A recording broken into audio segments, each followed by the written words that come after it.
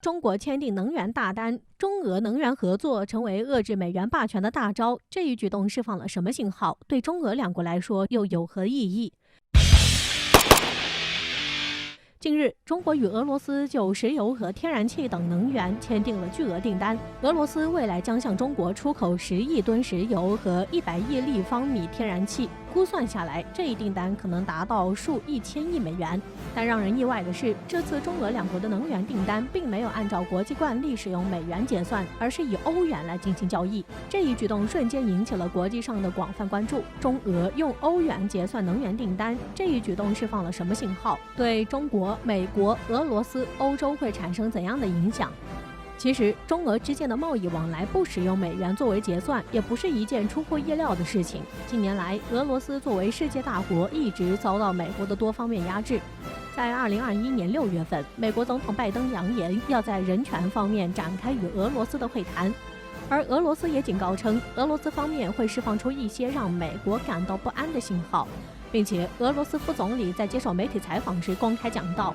如果美国继续在经济方面压制俄罗斯，那么俄罗斯就会在能源贸易中停止使用美元。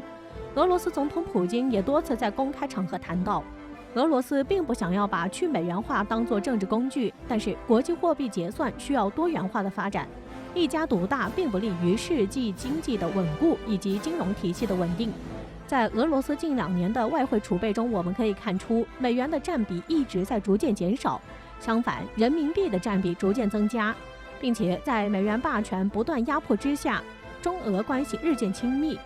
在中国北京举办的2022届冬季奥运会上，俄罗斯总统普京还亲自来到了冬奥会的开幕式，并在随后以15个合作文件以及一份重磅联合声明，让国际看到了中俄两国的合作意向。中俄两国的这一举动堪称新时代国际关系的典范和全球可持续发展的准则。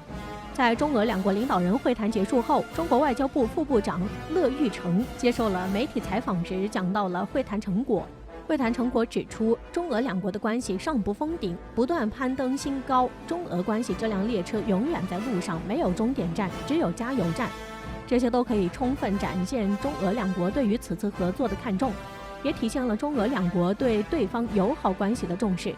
所以，对于中俄能源贸易没有使用美元，很早便有了迹象。毕竟，现在的国际格局就是中俄合作一起来对抗美国的霸权压迫。有相同的敌人，自然也就有相同的理念。但有一点可能是大家都没有想到的，中俄能源贸易订单没有使用人民币结算，却使用了欧元进行结算，这一点就有些出乎意料。那么，用欧元结算这一举动释放了什么信号呢？又具有怎样的意义？我们首先分析一下中俄签订巨额能源订单，这对于两国来说有何意义？中国在进入21世纪以后便走上了全面发展的道路，无论是国家基础建设、经济发展、军事提升、国际影响力，都有着巨大的变化。那这些变化的前提是什么呢？是能源。所以中国对能源的需求非常大，中国也早就成为了世界第1大能源进口国。在这样的一个背景下，如何保障进口能源的安全就成为了重中之重。那中国的石油主要都是从哪里进口呢？中东。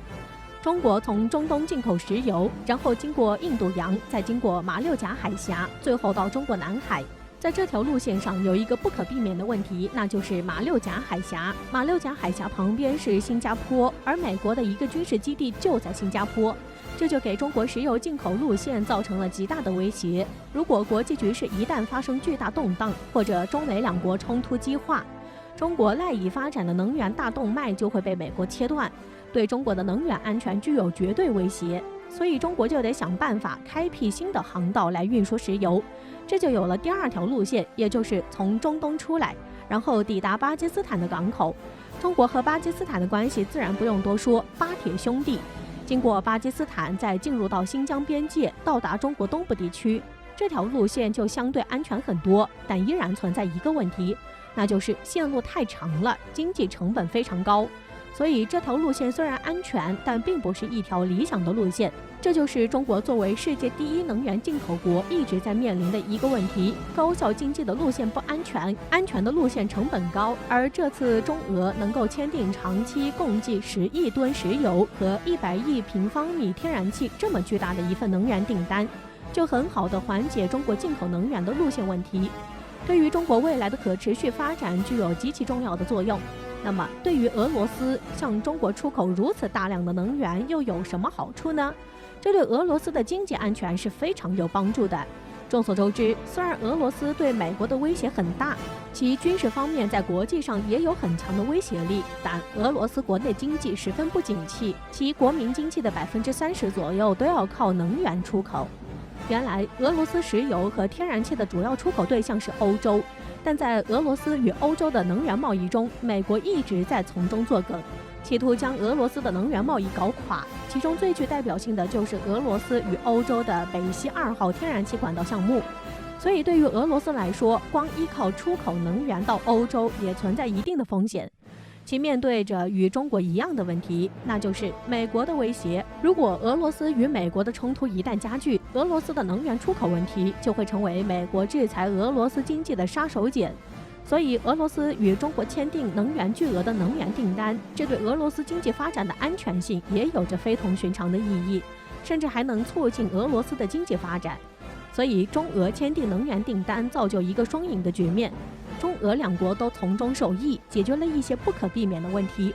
那为什么不用人民币而是欧元结算呢？首先，在中国的外汇储备中，美元占比60%左右，而欧元占比30%左右。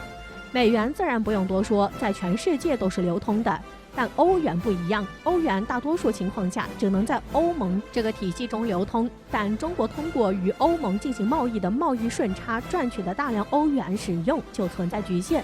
同时，中国已经成为了欧盟的第1大贸易伙伴，贸易顺差只会越来越大，欧元的局限性也会越来越大。而与俄罗斯签订了巨额的能源订单后，欧元就有了用武之地，这就很好地解决了这一问题。同时呢，对于俄罗斯来讲，用欧元进行交易比人民币更好，毕竟国家之间更多的还是利益关系。虽然中国在国际上的地位逐渐提升，但目前人民币仍然在国际上没有很好的流通性，而俄罗斯经常要跟欧洲进行贸易往来，用欧元能够大大的增加俄罗斯国际贸易支付的灵活性。可以说，这次中俄两国的合作在各个方面都做到了面面俱到，而这其中还有一个间接受益者，那就是欧盟。中国此次的贸易交易用实际行动为国际货币多元化的推动做出了表率，同时也强化了欧元的秩序边界，在一定范围内加大了欧元的国际影响力，有利于国际贸易的平衡。那么不可能只有赢家没有输家，输家自然就是美国了。